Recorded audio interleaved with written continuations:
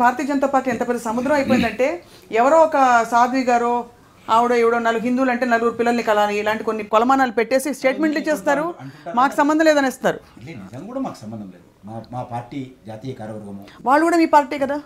కాదంటారా? మా పార్టీ జాతీయ కార్యవర్గం తీర్మానం చేస్తాను, మా ప్రధానమంత్రి కేంద్ర ప్రభుత్వం చెప్తాను, లేకపోతే పార్లమెంటులో మా పార్టీ తరఫున ఒకరు మాట్లాడతాను. అది ఏమంటాం, చాలామంది మేము చర్యలు తీసుకుంటున్నాం, యాక్షన్ తీసుకుంటున్నాం. ఆ రకంగా మాట్లాడుతున్నటువంటి వాళ్ళకు కొంత దేశంలో ప్రపంచంలో జరుగుతున్నటువంటి సంఘటనల నేపథ్యంలో ఆ రకం కొంతమంది మాట్లాడుండొచ్చు. నేను మాట్లాడడం తప్పు అంటలేను, ఆ రకంగా మాట్లాడడం తప్పు. కానీ మరి అది భారతీయ జనతా పార్టీకో కేంద్ర ప్రభుత్వానికో నరేంద్ర మోడీకో ఆపాదించకూడదు. ఇక్కడ సెంట్రల్ యూనివర్సిటీలో ఒక విద్యార్థి సూసైడ్ చేసుకున్నాడు. దానికి నరేంద్ర మోడీ గారికి ఏం సంబంధం? దాన్ని నరేంద్ర మోడీ గారే కారణంగానే సూసైడ్ చేసుకున్నాను చెప్పి మొత్తం ఢిల్లీలో మొత్తం దేశం అంతా కూడా జరిగింది. అంటే రచ్చరచ్చండి. స్మృతి ఇరానీ గారు మొత్తం ఆవిడ పాత్ర బేసికలీ ఆవిడ బికాస్ అంటే ఆవిడ మంత్రివర్గం పరిధిలోకి వచ్చింది కాబట్టి న్యాచురల్లీ అవన్నీ నరేంద్ర మోడీ గారు ఈ రకమైనటువంటి విషయాల మీద ఎప్పుడు దృష్టి కేంద్రీకరించారు. ఇప్పుడు ఆయన ప్రధానమంత్రి అయి 2 సంవత్సరాలైంది. అనేకమైనటువంటి ఉపన్యాసాలు మీరు విన్నారు దేశంలో, ప్రపంచ దేశాల్లో. ఏ ఒక్కరోజైనా సరే మన దేశంలో కానీ ఇతర దేశాల్లో కానీ ఒక మనస్సును కించపరిచే మాట ఒక్కటైనా నరేంద్ర మోడీ గారు ఒక్క మాట.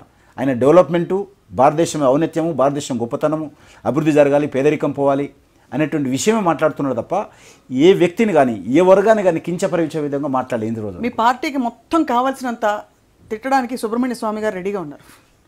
ఆయన మాట వస్తే సోనియా గాంధీ గారు తిడతారు. అంటే ఇష్యూ అంటే వ్యక్తిని కించపరచిన టాపిక్ వచ్చింది కాబట్టి చెప్తున్నారు. నరేంద్ర మోడీ గారు అందరి పక్షాన ఆయన ఒక్కరు చాలండి. నరేంద్ర మోడీ గారు అన్న డెఫినెట్ గా అంటే భారతీయ జనతా పార్టీ అంటే ఒక్క మోదీ గారు అంటే అన్యాయం కదండి. కిషన్ రెడ్డి గారు ఉన్నారు, ఇప్పుడు వ్యక్తులు సుబ్రహ్మణ్య స్వామి గారు ఉన్నారు, సాధ్వి గారు ఉన్నారు. సుబ్రహ్మణ్య స్వామిని కంట్రోల్ చేస్తున్నామా లేదా? చేస్తున్నారు. మరి అది మీరు అర్థం చేసుకోవాలి. సుబ్రహ్మణ్య స్వామి గారు చాలా ఫ్రీడమ్గా ఉండేటువంటి వ్యక్తి. మొన్న మేము ప్రభుత్వం వచ్చినాక మునయ్యాడు మా పార్టీలో, ముందు నుంచి లేడు మా పార్టీలో. మీరు అరచేతి నెట్టు పెట్టుకుని సూర్యకాంతిని ఆపలేరు, సుబ్రహ్మణ్య స్వామి గారిని ఎవరు ఆపలేరు. మొన్న మా పార్టీ అధికారంలోకి వచ్చిన తర్వాత చేరాడు, మా బీజేపీలో చేరిన తర్వాత ఈ రోజు ఆయన కూడా మేము కంట్రోల్ చేసే ప్రయత్నం చేస్తున్నాం. ఎలా కంట్రోల్ చేస్తాం అంటే ఆయన పిలిచి చెప్పారా ఆయన మాట్లాడదు? సోనియా గాంధీ గారికి 18,000 కోట్లు ఉన్నాయి, వాళ్ళ సిస్టర్స్ ఇద్దరు తీసుకెళ్ళి ఆయన చూసినట్టు. రిజర్వ్ బ్యాంక్ గవర్నర్ గురించి మాట్లాడిన తర్వాత మా పార్టీ ఆయన చెప్పిన తర్వాత నేను ఇప్పుడు మా పార్టీ నన్ను నిరోధిస్తుంది, నేను మాట్లాడను అన్నాడు ఆయన. అది అర్థం చేసుకోవాలి మీరు. మరి రిజర్వ్ బ్యాంక్ గవర్నర్ గురించి ఎందుకు మాట్లాడతారు అంటే రాజన్ గురించి మా పార్టీ నన్ను కంట్రోల్లో పెడుతున్నది కాబట్టి నేను మాట్లాడున్నాను. కాబట్టి మీరు అర్థం చేసుకో, ఆ రకమైనటువంటి వ్యక్తులను కూడా ఆయన కొన్ని దశాబ్దాలుగా మాట్లాడుతున్నాడు. ఇప్పుడు కొత్తగా మాట్లాడుతూ కొన్ని దశాబ్దాలుగా మాట్లాడుతున్నాడు. అలాంటి వ్యక్తి మా పార్టీలో చేరిన తర్వాత కూడా మాట్లాడుతుంటే మేము కంట్రోల్ చేస్తున్నాం. కాబట్టి ఇంతకీ మీరే ప్రస్తావించారు కాబట్టి రాజన్ గారు వెళ్ళిపోవడానికి కారణం ఏంటండి? ఆయన టర్మ్ అయిపోయింది, ఆయన ఉండనన్నాడు.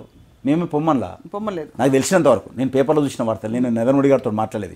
నాకు తెలిసినంత వరకు మేము పొమ్మలేదు. ఆయన టైం అయిపోకముందే నేను మళ్ళీ ఉండడానికి ఇష్టపడడం లేదని చెప్పాడు. ఆయన కారకులు అంటే పైనుంచే కారణాలు ఉన్నాయని చెప్పి వార్తలు వచ్చాయి మధ్యలో, అవేం లేవా? ఆయన టర్మ్ అయిపోయింది కదా, మధ్యలో తీసేయలేదు మేము, మధ్యలో తీసేయలేదు. ఆయన టర్మ్ అయిపోయింది, ఆయన ఉండనన్నాడు. ఎక్స్టెన్షన్ అడగలే ఆయన. మేము అడగకముందే, మేము ఉంటారా కేంద్ర ప్రభుత్వం నిర్ణయించకముందే నేను ఉండను ఆయన స్వయంగా ప్రజలకు చెప్పేశాడు.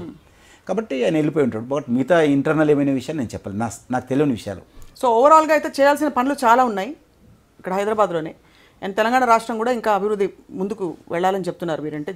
మీరు వెళ్ళాలా, మేము కూడా అందరం సహకరిస్తాం. ఆంధ్ర రాష్ట్రం కావచ్చు, తెలంగాణ కావచ్చు, భారతదేశం కావచ్చు.